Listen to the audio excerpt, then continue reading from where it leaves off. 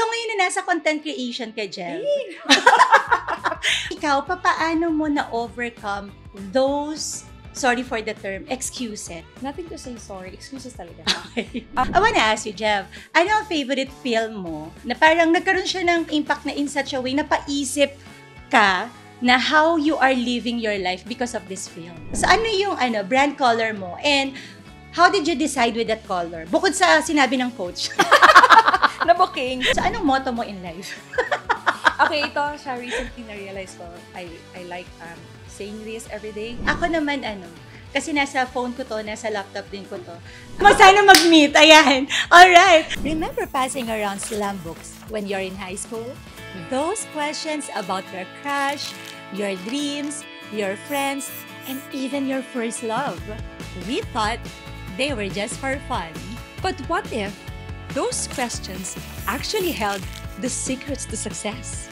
Welcome to Slam Book Millionaire! This is the podcast where we ask the millionaires the same slam book questions to uncover how their childhood and teenage years shape their path to wealth. Each week, we will sit down with inspiring individuals to reveal the hidden stories behind their extraordinary journeys. We will discover how their childhood dreams became realities, how they overcame their biggest challenges, and who helped them along the way. My name is Joanna. My name is Jev. Get ready to be inspired and learn from the slam book secrets of the self-made millionaires. Subscribe now, and together, let's unlock the secrets to success. Welcome once again to a Slam Book Millionaire with Joanna and Jev, of course. And we are now on our episode 2. I hope you enjoyed our episode 1 and now nandito kami ulit to continue with our conversation. But of course, with my business partner, Joanna. Yes. Kung nag-enjoy kayo doon sa episode 1 with all the slam book questions na binato namin sa isa't isa, ito na yung continuation. Kung nabitin ka, dyan ka lang kasi pagpapatuloy na natin ang conversation. So, ready ka na ba, Jev? Whenever you're ready. Ay, ako may naisip ako ngayon kasi nung nag-i-slam book ako, ang laging natatanong doon, what is your favorite movie? Yan. So of course, with all the years na ilang taon na tayo sa mundo, ang dami na natin napanood. 'Di ba? Malamang thousands of films na yan. So, I wanna ask you, Jev, ano ang favorite film mo na nagre-resonate ng husto sa'yo, na parang nagkaroon siya ng, hindi naman kailangan matindi, pero nagkaroon siya ng impact na in such a way na paisip ka na how you are living your life because of this film. Parang mali yung sabi. Kasi sasabihin ko sana yung movie na The Love Affair. So wala naman siya. Ako nag-connect. The Love Affair. Yeah, I just I like the movie so much kasi yung pagkagawa and the actor, because they're a couple. Yes. It doesn't mean na I'm in favor of that, but I just like how they did the movie. Mm-hmm. And also the background, the music background. Sobrang ganda. Yung piano, accompaniment. And the other movie talaga is The Godfather series nun. Why? For some reason, I'm so attracted to mafia movies. Mm-hmm. Hindi man siguro mafia. Baka in your past life, mafia ka. Maybe because of the power. Yes, true. Yun yung power na meron yung mga mafia. Yes. So yung The Godfather, talaga yun yung first collection items na binili ko. Out from my savings. Yes. First, yun talaga yung binili ko, hindi man lang yung something na damit. Yun talaga, out of my allowance or savings. Yun ang binili ko. And I thought at that time, magagalit yung tatay ko. Bakit niya binili? So, pero ang ginawa niya, manood na tayo. Talagang, kami binge-watching ng Sabagay, maganda naman kasi talaga. Yes. And you know what? Hindi naman ako na-surprise dyan. Kasi a lot of people that I know, talagang gustong-gusto rin nila yung Godfather to the point na before, wala siya sa consciousness ko eh. Parang naririnig ko, Tapos nung nasa Netflix ako one time, I wanted to watch a film. So I started with Godfather because nga, na-curious na ako sobra. And then, na-binge watch ko siya, yung from, iba't ibang, part 1, part 2, part 3, ganyan. Yes. And I get it, kung bakit mo siya gusto, because of the power niya. Alam mo yung parang kulto energy na tinatawag right now, especially that we are in this era wherein community building is a must, especially if you are in a business or you are an entrepreneur. Diba? Napaka-importante nun. Kasi eventually, may turnaround yun. Parang ginawa nilang legal and then into business talaga. Yes. Kasi there are other movies na mafia in Japan. Hindi naman ako masyadong attracted doon. But for some reason, yung The Mafia Story, doon gusto ko talaga siya. Even yung isang movie na The Untouchables. Yes. How it's like to be untouchable. Yes. Parang grabe naman ka-powerful ng mga family na to na tipong hindi mo talaga sila magalaw-galaw. Yes. So, that really intrigued me and for some reason talagang nadodrawn ako pag ganun. Tuwa ako. Ganun ba? Past life ko ba ganyan? Yes. Probably, mafia ka. Ako naman kasi ito, recent film ko lang siya na napanood. So, top of mind na pumasok sa akin kasi kakapanood lang namin ng husband ko nito. About Time, the film.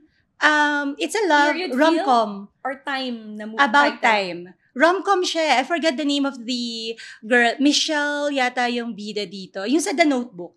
Siya. So, it's a rom-com. Pag titingnan mo siya, hindi siya ganun kalalim.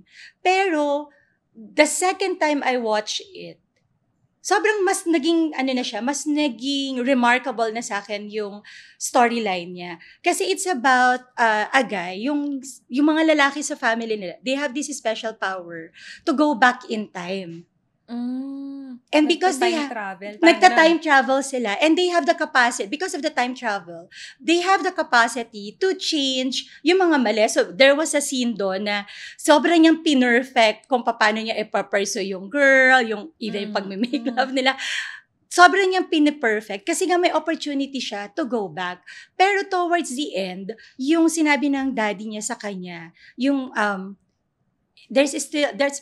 may isa pang important lesson na either I teach it to you or matutunan mo siya on your own. Kasi ako natutunan ko siya on your own. Pero he asked his dad kung pwedeng ibigay na lang sa kanya kasi the dad is already dying.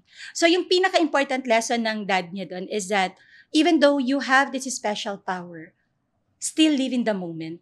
So parang sabi ng daddy niya, bumalik ka in time, parang live in the moment, i-feel mo kung papaano yung emotions, yung situations, yung scenario doon sa na yun, para mas maintindihan mo siya on a different perspective. And then, pag na-feel mo na siya, so the first scene was, he was so stressed, agitated, he was so angry, he was so tired, wala siyang pag-uwi niya, sobrang galit siya, wala siyang time for the family, especially sa wife niya. So, he did it again, but this time, using a different lens. So, instead na yung emotions niya, nai-stress siya, naiinis siya kasi ang daming deliverables, ang daming hinihingi sa kanya, bumalik siya just to change kung paano niya piniperceive yung situation. At natapos yung buong araw na yon na he felt better about himself and he felt better about the people around him until tumanda na siya na hindi na siya nagta-time travel.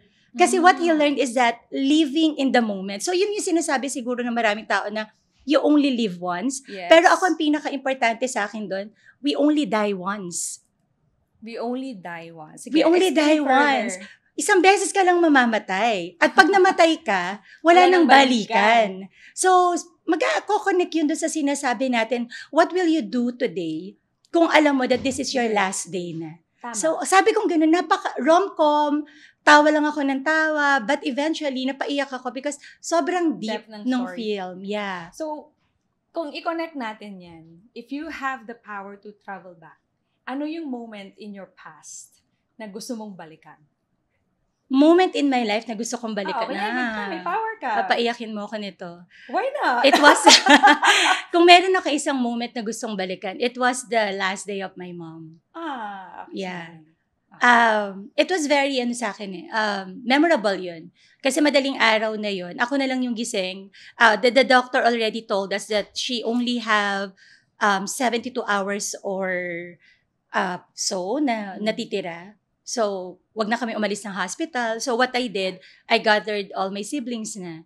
Tapos, madaling araw, nararamdaman mo na alam mo na kasi medyo parang iba na yung itsura niya, hindi na rin siya nagre-respond at all. So, hindi ako makatulog that night. And what I did back then, I got the rosary. I took out the rosary and then prayed. So, I didn't know that, she prayed with me pala. Sabi nung nurse na lang, na after ko mag-prayer nung rosary, sabi lang niya, your mom was praying with you kasi nakita niya na gumagalaw yung lips. And then, around 6 a.m., mag-6 a.m. yata yun, I actually heard her utter the word, what? Tubig. So, tumakbo ako sa labas, tinawag ko yung doctor, tapos sabi ko, humihingi ng tubig yung mother ko. And sobrang nagulat sila kasi sobrang malabong mangyari yun dahil may tubo siya So, hindi siya makakapagsalita.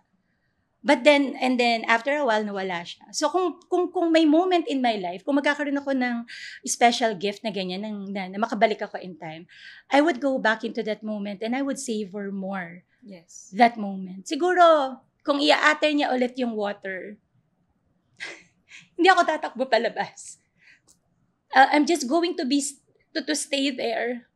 And, I'll just shout na parang nurse or doctor, but I'm just para going... Para makasama po siya. Yeah, kasi yun na yung crucial moment na yun Parang pawala na talaga siya noong time.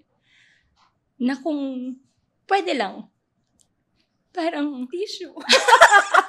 sasabihin ko talaga. And kaya ako gusto rin balikan yun.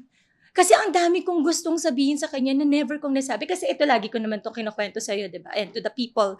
At ito po, our dear viewers, sa family po kasi namin, we're not very vocal about our emotions. Hindi kami ma-I love you. Ang pinaka-sweet na namin kayang sabihin sa isa't isa is that, kumain ka na ba? Yan na yung sweetest na kaya namin sabihin. So, hindi talaga kami lumaki na nag-uusap kami about our emotions, how much we love each other. Wala kami I love you, wala kami I miss you. Wala kaming ganyan sa family.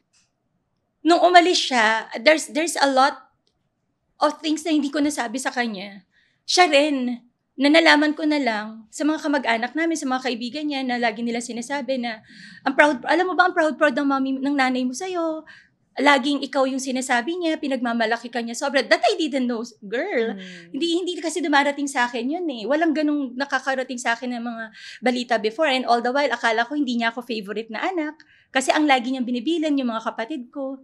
So, ang daming words na hindi namin nasabi sa isa't isa na kung magkakaroon lang talaga ako ng opportunity, I would really go back to that moment. And even if hindi na siya maka-respond sa akin, or siguro aagahan ko 1 week earlier. Kasi yung 1 week earlier na kaya pa niyang magsalita, na may mga binibilin pa siya sa akin, sasabihin ko sa akin, kasi binilin niya sa akin yung mga kapatid ko, girl.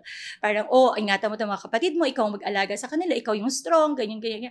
Tapos nag-aantay ako na may sabihin siya na, ikaw, ganito. Wala siya sinabi about me. Kasi in her mind pala, dahil nga ang tingin niya talaga sa akin, superwoman, kaya ko yung sarili ko, and also I have my husband who is also taking care of me. Para sa kanya, okay na ako. But I was waiting for her to tell me na something na gusto ko lang ibilin niya lang din ako. So, babalik ako siguro doon sa, yun na yung moment na gusto kong balikan na, parang ako, Nay, meron ka bang gustong sabihin sa akin? Yes. And at that time, nahiya ka magtanong. Yeah, wala. Naantay mo lang yung, okay, hindi hiya Siguro, alam mo, yung parang may hinanakit na, ano ba yan? Parang, hanggang dito sa hospital, puro kapatid ko pa rin yung importante. Paano naman ako? Kasi that's one of my biggest, regret. Na one of the things that I wanted na sana kung may chance talaga mabago. Na sasabihin ko talaga, Nay, mahal mo ba talaga ako? Or Nay, importante ba talaga ako sa'yo? Kasi na-realize ko na lang siya, ito na lang, later on na lang, nung naging woo-woo na ako, nung nagpaka-deep na ako sa spirituality and religious ko na, naintindihan ko yung love language siya kasi magkaiba kami. Yes. Ayun. And I'm sure naman, I can totally understand, I totally feel you. Kasi sa family, ganun din ako. Na parang, ako yung independent.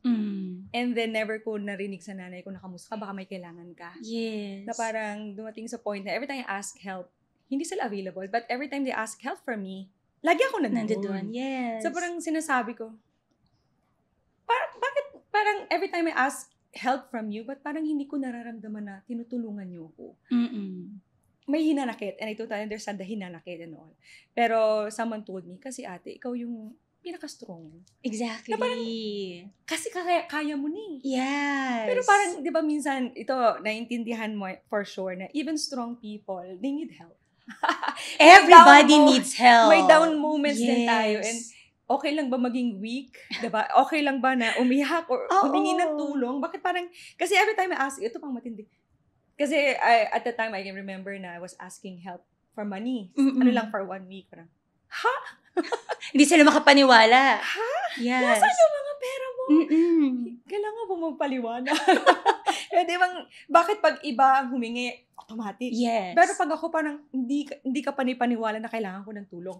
So, ang nangyayari, I'd rather ask help from other people than ask help from my family. Yeah. And I think, Jeff, itong conversation natin right now, siguro marami sa mga anak right now makaka-relate at marami rin sa mga magulang makaka-relate. So, siguro dapat kasi yung may motto sharing tayo, no? If there's one thing that you can tell our viewers or listeners right now in relation dito sa pinag-uusapan natin, what would that be? Ako, can I have the permission to start? Siguro for all, lahat ng mga anak na dinanas or dinadanas yung sitwasyon ko that gusto mo namang sabihin sana na gusto mo magsalita, gusto mong i-share din yung emotions mo. Pero for some reason, nag-hold back ka lagi. Don't wait for it anymore. Yeah. Don't wait na magkasakit pa yung magulang mo or yung mahal mo sa buhay. Before mo sabihin sa kanila kung gaano mo sila kamahal, gaano sila ka-importante sa'yo. At wag mo na ring antayin yung araw na makapag-open ka ng emotions mo sa kanila. Do it now. Wag mo na hintayin yung pagkakataon na wala na. Yes, wala kasi na pagkakataon, wala nang chance na makausap. Yes, ang totoo kasi, nothing is certain. Yes. Tayong dalawa, pwede tayong bigla na lang may mangyari mamaya and it's our itong podcast na pala, last day na pala natin. Pero ang dami pa natin unspoken words, hindi natin nagawa. And to the parents out there, siguro, if you have like us na strong, independent woman, daughters, no? Or son, alisin natin yung assumption na okay naman na yung anak ko, hindi ako kailangan yan. Kailangan po kayo ng mga anak nyo, whether kaya nila yung sarili nila, no matter how strong they would seem, deep inside, they are still children na nangangailangan pa rin ng mga magulang nila. Or just by merely asking, kamusta ka? Yeah. Alam mo yung simple na kumain ka na ba? Yeah. Kamusta ka today? Ako parang hindi ko maalala, kamusta ka, anak? Sige. So ngayon, Jeff, ikaw muna. Anong masasabi mo? Anong matitip mo sa kanila? Actually, ganun din eh. Just be open. Kasi ako growing up, hirap na hirap akong mag-voice out kung anong nararamdaman ko. So siguro, if I travel back, yun din, na be open and be courageous. Yes. Na aminin din na nasasaktan ako. Kasi dahil hindi ako nagpapakita ng emotion, I cry silently. May backstory yan kung bakit I cry silently. Or not just silently, talagang tago. So, hindi na nakita na umiiyak ako. Yun na parang just be okay. It's okay to be sad. It's okay to be weak. Sabi nga sa Korean drama, it's okay to not be okay. Yes. Parang even mga yung people na may superpowers, they also feel weak sometimes, diba? Yeah. Si Iron Man nga diba? Napaka-strong. And kasi ganito yan, possible yung parents natin, ganun din yung upbringing sa bahay. There's parang walang open communication. So since you know better, ikaw na yung mag-initiate ng conversation. This is what I feel. Kasi ginawa ko siya when I'm already adult. Nung sinabi ko yung emotions ko sa daddy ko, ang sabi ng tatay ko sa akin, talaga ba? Hindi na maalala ni daddy. So, all these years, dala-dala ko yung hinanakit all these years, pinapahirapan mo yung sarili mo na masama ang loob mo. Yes. Yun pala sa daddy mo, wala naman na pala yun. Kasi nakalimutan nila. Parang, ganun lang talaga sila. So parang, kumbaga, dito pa lang, itigil nyo na yung cycle. Putulin nyo na yung cycle. Yeah. Be the last person na, alam mo yung sa generation. Yeah. Even kasi, possible dun sa bahay nila before, sa grandparents natin, hindi sila open. They don't say, I love you. Kasi, sila, more on, parang demonstrative way. Namana-mana na. Napakita na, through service lahat. Yes. Pero sometimes, pag babae kasi, one of the language of love is affirmation. Ano ba love language mo? if I may ask? Ano Affirmation, I believe, na-realize ko siya, time and affirmation. Kasi 'di ba, ang love language for all our viewers and listeners, may two aspect kasi siya. The giving and receiving. The giving and the receiving. So meaning, if you are the one giving love to others, how do you express love? Pero pag ikaw naman yung magre-receive, how do you want to receive love? So ikaw, ano ang giving mo? Ang giving ko, service. Yun talaga. I feel joy every time I help or tulungan na katayo. Yes, That's language of love na service. Ang receiving ko is, ito lately ko lang na-realize, feeling ko it's time. And words of affirmation. Yes, affirmation. Dati hindi mo kiniklik mga words of affirmation. Until nagkaroon ako ng soul mentoring. Yes. Sabi niya, your receiving love is affirmation. Then I realized, Okay. Kasi at home, never ko narinig. Mm-mm. Kung narinig ko man siya, mostly sa mga kapatid ko na puro bullying. Yes. Yung pangungutya. Actually, meron akong nabasa or napanood yata. Sabi nga, usually daw, yung love language natin, yung receiving love language natin, kung ano yung hindi natin nare-receive nung childhood days natin. Yun yung kinikrave natin. Correct. Parang, I think you also said this before na parang never mo narinig na your parents are so proud of you. Yes, never. Pero ngayon, okay na kami. Like, yung father ko, we say I love you to each other na. As in, nagbago. Simula nung nawala si nanay talaga. Ang daming nagbago sa family namin. Pero I initiated it na rin. Ako na rin yung nag-break nung hiya cycle namin na. So, I started saying I love you to my siblings. I started saying I love you to my tatay. Ako din yung naunang yumayakap sa kanya. Ngayon, normal na. Pag nakita kami, yung unang mo pang ginawa yung nagulat pa. Oo, as in parang, tapos hindi siya makayakap back. Tapos ako talaga todo, I love you. Tapos, Ganon din. Alam mo, the reason kung bakit siguro affirmation din talaga yung receiving love ko. Kasi yung, hindi normal sa amin yung, kasi si mami hindi talaga siya vocal. Yes. So even saying sorry, hirap na hirap siya. Even saying I love you. I love you, mami. Meron ako pinili para sa ilagay mo lang dyan. Narinig ko na yun. Thank you. Wala mo lang thank you. Pero ngayon, dahan-dahan. Parang pag tumatawag, Mami, I love you. Mami, I love you. Mami, I love you. Parang I love you. Pero ang galing ng love language, no? Si Gary Chapman talaga nung nabasa ko yun. Pero sa isang seminar ko rin na-realize na, kasi katulad mo ako, nako-confuse ako before. Bakit mahilig ako gusto ko ng gift. Gusto ko ng words. Yes, the Coach Raz. Hi, Coach Raz. Yun, so parang, okay, kasi may pala siya, may separation pala siya para for us to better understand. Ako naman kasi, ang love language ko, I believe, mahilig ako mag-gift, diba? Yes. Hilig ako yung pasalubong, lalo na sa family ko, nung kahit before pa, hindi ko man na-verbalize yung I love you sa kanila. Every time aalis ako, kahit sa Cubao lang ako pupunta, sa mall lang ako pupunta, lagi ako may bit-bit na pasalubong. For some reason, hindi ko naintindihan, pero happy ako na may bit-bit ako for them. Maybe because, if you look back sa kabataan mo, sa bahay, parang, di ba sabi mo, not all the time you can buy things or food, di ba? Outside. Kaya mag-gift ako. Mag-gift ka. Pero ang receiving ko talaga, words of affirmation also. At saka touch, physical touch. With my husband, sa husband ko, siguro another aspect na naman yun. Sa aming mag-asawa, gusto ko ng physical touch. Maklingi ako. Ikaw ba klingi ka? Ngayon. Kahapon hindi. Hindi kasi before, feeling ko hindi. I don't like PDA, ganyan. Until nag-asawa ako. And then my husband kasi, sobrang ayaw niya ng ganon. So, ang ginagawa ko, inutokso ko siya.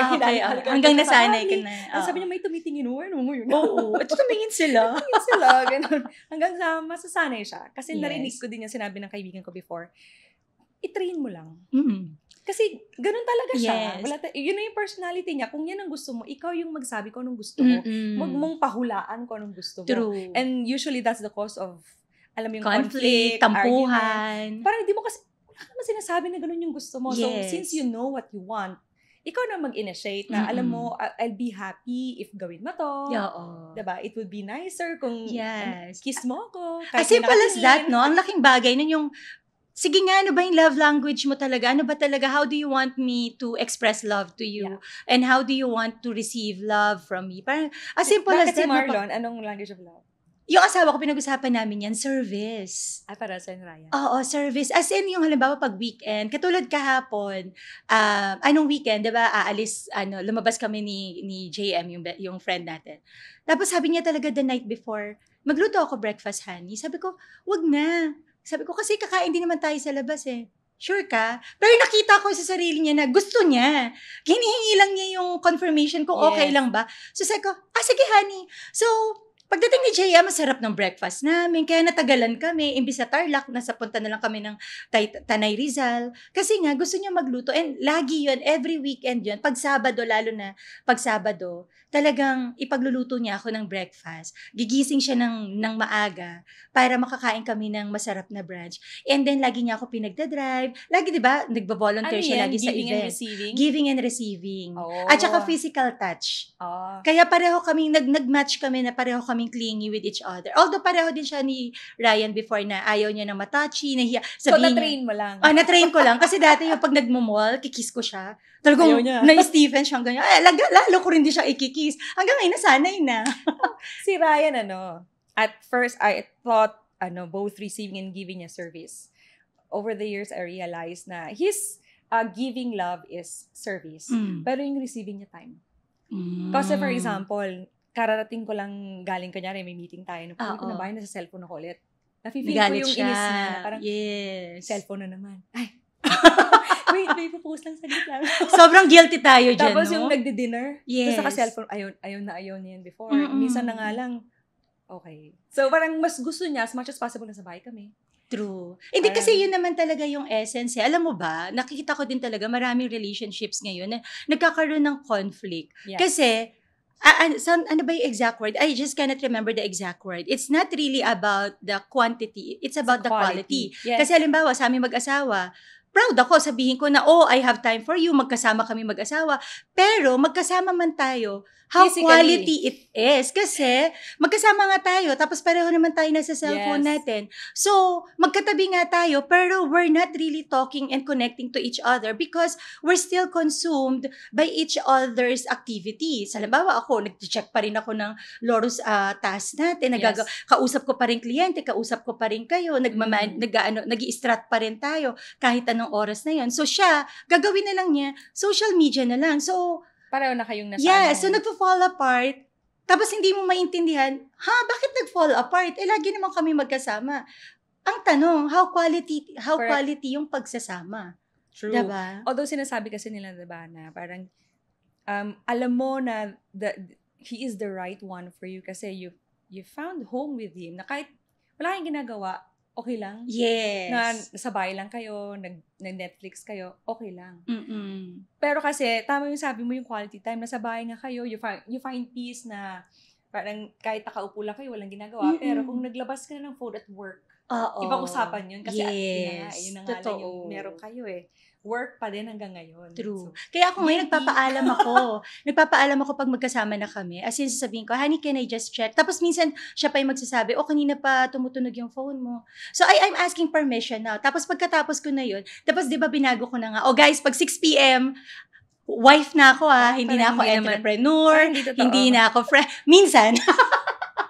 Minsan nakakalusot pa rin. Pero as in, ang laki ng binago ko sa routine ko. Kasi I realize talaga na, yun na nga it's not really yung, hindi ko maipagmamalaki yung level, yung quality of love that I am getting. Because at the end of the day, love is an action word. Yes. Diba? No relationship would ever flourish kung hindi mo yan siya aalagaan consistently. Kung ano yung mga, parang halaman, tutubigan mo lagi, fertilizer mo pa, right sun. It's not enough to just say, I love you. Yes. Pero hindi mo naman nakikita, hindi mo na-demonstrate paano. Kasi baka mamaya, habit na lang yung pagsasabi ng I love you. Nasanay ka na kasi, pero hindi na siya galing dito. Dito na lang siya galing, dito na. Sinasabi lang na utak mo na, huy, mag-I love you ka kasi yan yung normal yung sinasabi. Pero it's not really coming from your essence as the wife or as the person in love or a person in the relationship anymore. Yeah. Ang lalim na napuntahan natin. Teka, movie lang to Saglit, balik tayo, balik. Ito, another question ko for you, Jev. In terms of color, kasi I love your color today. Very colorful. Is that your favorite color? Or, if not, what is your favorite color in terms of your branding. Kasi 'di ba right now, you have started na rin creating your own content, lumalabas ka na rin sa congratulations to you. Yes. Follow her guys, Jeva Aurelio, tama. Yan. Follow her social media accounts, Jeva Aurelio. So ano yung brand color mo? And how did you decide with that color? Bukod sa sinabi ng coach. Na booking, my brand color is deep blue. Deep blue. Parang cosmic deep blue. In other words, parang pwede ka nang sa navy blue. Parang gano'n. So, maalala ko even before, high school, ganyan, I always love blue. Kasi feeling ko, nahiya kasi ako mag-peak before. Kasi if you notice, alam mo to, mas mataas yung masculine energy ko. Mas malakas yung masculine energy ko. Hindi ko naman pansin. Masculine energy ko compared sa female energy. Pero may binabalance. Kailangan i-balance. So, I try different things. Kasi, nag-i-evolve siya. Before talaga, I just wear neutral color. Kasi ayoko nung pansinin. Noong una kita nakilala, Miss Neutral ka. Brown, kasi ayoko nang beige. pansinin. Ayoko yung nasa limelight. Alam mo yun, ayoko yung nagsisik ng attention. And then suddenly, I decided, try ko kaya ibang kulay. And then, I fell in love with coral pink. Kasi it looks good on kasi yan din yung, yan yung sa wedding mo? Yes. Okay. Tapos, pero somehow, makikita mo talaga may blue pa rin siya. Doon nung sinabi nila, Coach, Alec, nila Gold na, your brand color is blue. Ay, pwede. So, agad-agad nagland. Oo, nagland, nag-resonate with me. Kasi I like blue. Kaya, okay lang ako sa blue. At saka maganda ang color blue kasi in terms of if you are a speaker, coach, especially in sales, blue is the perfect color to wear kasi nga it connotes trustworthiness, right? And then a familiarity, yung family na idea. Nandoon nakukuha kasi yun sa blue. Parang at peace, calm ka lang. Yeah. Tsaka it balances out din. Halimbawa, yun nga, di ba sabi mga most of the time, people mistook you for suplada, masungit. Oo, so nagiging subtle ka because of the color blue. I love that. Yeah. Bagay sa'yo. And you also, anong color mo? I think, periwinkle. It's dreamy periwinkle. Your brand color? Yeah, dreamy periwinkle. So it's actually a combination of blue and purple. Pero dahil mahirap siyang hanapin, so it's either I go for blue or I go for periwinkle. Pero I love the color that they gave me. Kasi it really reflects who I am. I'm very dreamy, imaginative, visionary. Pag nag-meditate ako, yung mind's eye ko kung saan-saan na nakakarating na dimension. So I think sobrang nag-connect siya. Tsaka kasi it's also one of the colors that Oprah, right? My sister from another universe. Yan yung lagi niyang sinusuot din na color. Periwinkle. Dreamy periwinkle. Parang ganyan. Parang nasa purple violet. Tapos, wedding color ko rin. Ano ba tawag dyan? Violet. Motif yun. Yung motif ko rin, violet. At saka, bata ako, mahilig ako sa violet. Kaya lang, kinalimutan ko siya. Alam mo kung bakit? Kasi, may nagsabi sa akin before sa family na yung violet na color daw, pang matanda. Then, ngayon ko lang na-realize. That's royalty. Violet is... Girl, sa squatters area, walang royalty. Paano kung pupunta ka ng Divisoria? Meron po kayong color na periwinkle. Yeah. Pero yun, so parang kinalimutan ko siya. Pero, laging connected din talaga sa akin yung color na yun. Kaya parang iba rin yung power na binibigay niya sa akin when I am wearing that color sa mga content creation ko. Kasi talagang balance yung female and the masculine energy. Yes, the blue and the violet. Tapos dreamy pa. Hindi, ikaw na. So, ngayon na nasa content creation ka, Jel. Paano mo na this is actually a nice question for everybody. No? Kasi maraming gustong pumasok na gumawa ng content. Quality content, okay? Pero ang dami yung natatakot sila kasi number one, introvert sila. Ikaw lagi mo yung sinasabi, introvert ako, shy ako, wala akong sasabihin, wala naman akong sasabihin, hindi naman ako magaling magsalita. Ang dami Yeah. Ikaw, paano mo na-overcome those, sorry for the term, excuses or those reasons that you have? Nothing to say sorry. Excuses talaga. Totoo, it has been my excuse, my famous excuse na introvert kasi ako di ba? Hindi yan para sa akin kasi wala sa personality ko. Yes. Until I met my soul mentor. Sinabi niya, do not, do not limit. No, parang do not, parang ganon, limit or do not coin yourself as introvert. Yeah, do not box yourself into this, yes. Kasi yung sinasabi nga nila ni T. Harp na, there's nothing has meaning except the Except the meaning you meaning give it. that you put So it. the moment you said that you're an introvert, so you You tag label yourself, yourself. you label yourself as introvert, lahat na excuses gagawin mo. True. Pero just imagine, hindi mo alam yung introvert, extrovert. Wala You'll never naman think. Yeah. You never think that you're an introvert. Basta magsalita ka lang. To be honest, in our numerology, Joanna is the introvert through and through. In public or also in... Extrovert. I'm the extrovert. Parang all this time, I was the extrovert. Pero sa numerology niya, introvert siya, public and also... inside and outside. Maniniwala ba kayo, guys? So parang sabi ko, sure ka ba dyan? Parang hindi ako yan. Pero nagbigay siya ng maraming example na introvert ka talaga. So parang ako, nagkaroon din ako ng processing nun, girl. Parang nag-step back ako kasi... Ako din siguro kasi the extrovert nga is a label that people attach to me. So then, inano ko na siya. Parang, I live by that personality. Pero marami din talagang pagkakataon, girl, na napapatanaw ako sa sarili ko, extrovert ba talaga ako? Why do I enjoy being alone? Kasi ako yung tipo ng tao na pag pumasok ako ng bahay, ayoko na lumabas. Kaya kung gusto mo akong kasama at magkasama pa tayo, sulitin natin. Pero kasi the moment na umuwi na ako ng bahay, ang hirap ko nang mapalabas. Tapos, I enjoy alone moment. Di ba naalala mo, there was a moment in my life na parang 1 week na quiet ako. And I was just with myself and I was okay with it. Yeah, and every time you do that, may problema ata si Joanna. Kasi tahimik siya eh.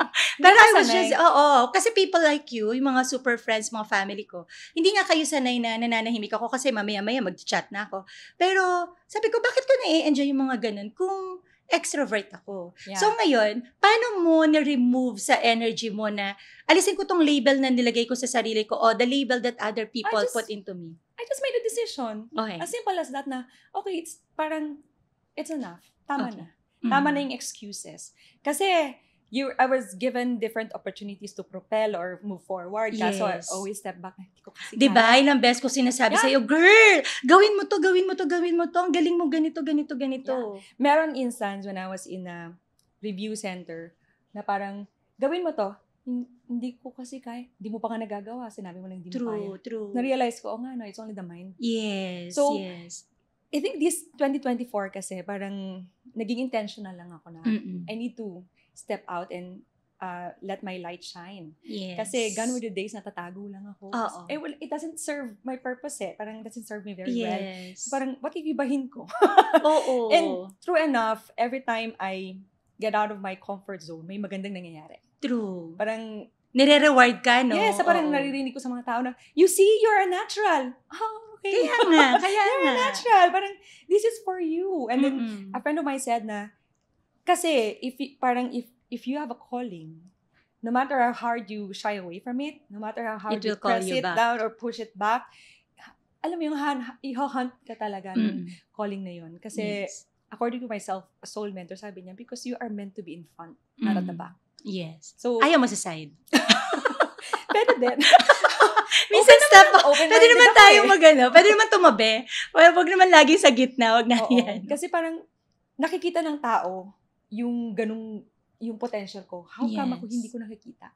It all started in the middle of this year, di ba? Na parang when in a survey, sinabi, what is your number one achievement? But hindi ko alam. Or siguro hindi ko matanggap.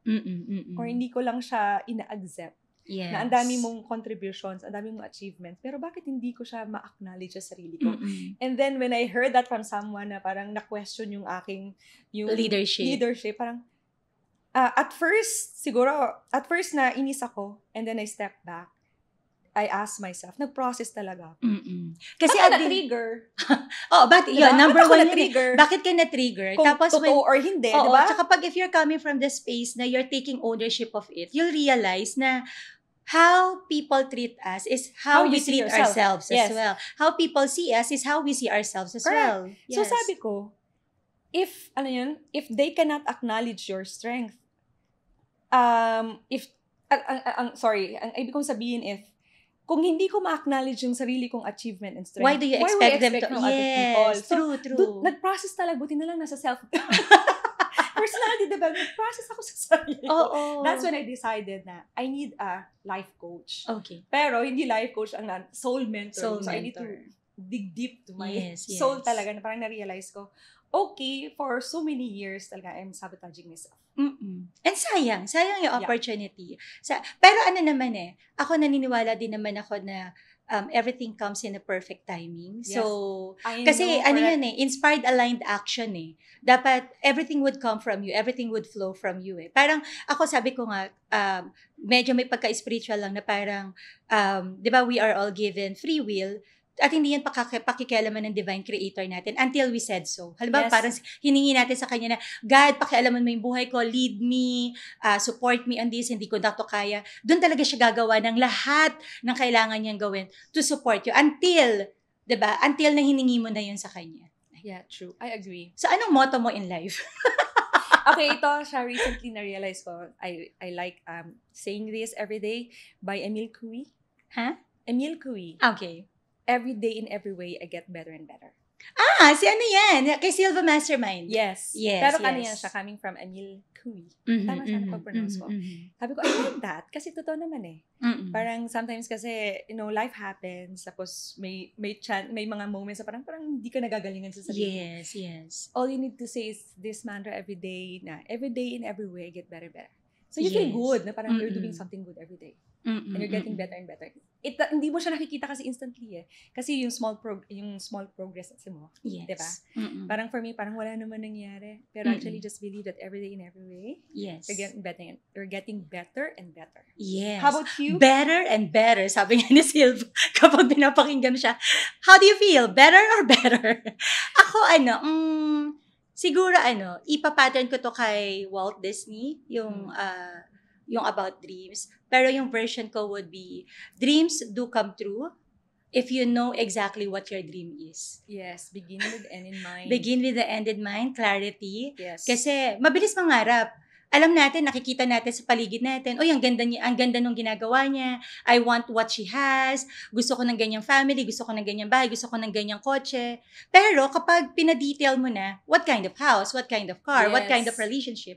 So dreams do come true only if you know what your actual dream is. Or be specific about it. Yes. Smart, diba? Specific, measurable, attainable, realistic timetable. Sige. So, we actually have very few minutes left na lang, Jeff. I just want to ask you na ma-share mo dito. Meron ka bang parang daily affirmation na parang ito yung sinasabi mo lagi? It's starting with I am, of course. Kasi I am is a very powerful word. Yes. It's actually very spiritual. It's connected to God because sometimes, diba, He was asked, who are you? What's your name? He said, I am. Yes. This is just one of the few. Nakalimutan ko na iba, but I always say that I am smart, I am beautiful. Yes, you are. Yeah. I'm nakalimutan ko, a billionaire status is my birthright. Yes, I love that. Yes. that's every day. Parang, yun lang yun. Marami yun pero yun lang talagang tumatak sa akin It's my birthright. Yes. Being a billionaire. Wealth is our birthday. Ako naman, kasi nasa phone ko to, nasa laptop din ko to. I am an ageless, timeless, beautiful, fantabulous, trillionaire, speaker, and entrepreneur. Yes. Right? Yan. So, ina-attach ko yan. Who is married to a very loving, faithful husband, and we live in a harmonious relationship where we accept each other for all that we are and all that we are not. Amen. Amen. Hindi sana mag-meet. Ayan. Alright. So, to all our viewers, ang dami nang napuntahan ng question namin. Nag-enjoy ba kayo dito sa second episode ng Slam Book Millionaire? Ano po yung mga biggest takeaway ninyo? Ano po dun sa mga sinabi ni Jeff or probably sinabi ko, yung nag-resonate sa inyo? Please do let us know in the comment section. Yes. We'd love to read them and we'd love to know kung paano pa namin po kayo mai-inspire through the Slam Book Millionaire. Yes, and if you have this parang dying question to ask me and Joanna, just type in the comment section and so we can include that in the next episode. Ano nga yun? Ask me anything. Asma? Hindi, ama? Ama. Ama. AMA, Ask Me Anything. Ayun. Ayan. So, open po si Jev. Si Jev lang. Si Jev lang po. Fast talk? Tanungin niyo po siya. Ask her anything. Alright? But we want to thank you and we honor you for your time. Thank you so much for spending your 45 minutes or so with us in this second episode of Slam Book Millionaire. Joanna And Jev. So, we'll see you on the next episode. At watch out for it kasi meron po kaming, Diyos ko mio, isang legend ang darating dito sa Slam Book Millionaire. At pag-uusapan natin ang slam book ng buhay niya. I'm sure you are excited for that. So, bye for now. Always remember, you are so fantabulous, and from our heart and to yours, we are giving you the most wonderful energy. Bye for now. Exactly. Oh, by the way, girl, have you tried this? Is this your first time trying this? Yes, actually, bulletproof coffee drink. I've been ordering this from Pillow Bread since the pandemic times pa. And this is the healthiest. I believe this is the healthiest coffee in town. Kasi this is bulletproof. No sugar po siya. And then, yung ginamit dito, it's not milk. And then calculated din pati yung calories. So essentially, if you are like me, who is currently watching your diet, kasi lalo na magpapasko, oh my goodness. And ikaw, you don't like black coffee lang. I don't Plain like black coffee. coffee. Malungkot. Ang lungkot ng black Usually, coffee. kasi pag nagda-diet kayo, yung mga pagkain talagang ang lungkot. Ang diba? lungkot, But this one is good. Yeah, this is so good, guys. So kung katulad kita na nalulungkot ka sa black coffee lang, at katulad din kita na lagi kang pagod, lagi kang puyat, kasi sobrang optimized ng schedule mo, then, order na po kayo sa Pillow Bread ng kanilang bulletproof coffee drink. Also, let's acknowledge our sponsor. Itong venue po namin na napakaganda right now. We want to give thanks to our sponsor, Pillow Bed PH, especially to our sister Clara De Herrera. Clara, thank you. Yeah, thank you for allowing us to use your beautiful, energetic space. Very cozy. Yes. It looks very expensive and very comfortable dito. Sobrang ganda. Thank you so much, Clara. Thank you. Thank you so much for watching. If you enjoyed this episode, share this to your social media accounts and let us know what you think. We'd love to hear from you. If you have comments, questions, and suggestions, share it with us at Slam Book Millionaire PH. Make sure that you're subscribed so that you get notified for our next episode. If you know a millionaire or maybe you are the millionaire, let us know. We'd love to have you on the show. Definitely. We'd love to hear your story as well. And of course, don't forget, follow us as well at Joanna Marie Lazaro And Jev Aurelio. See you in the next episode, Millionaire!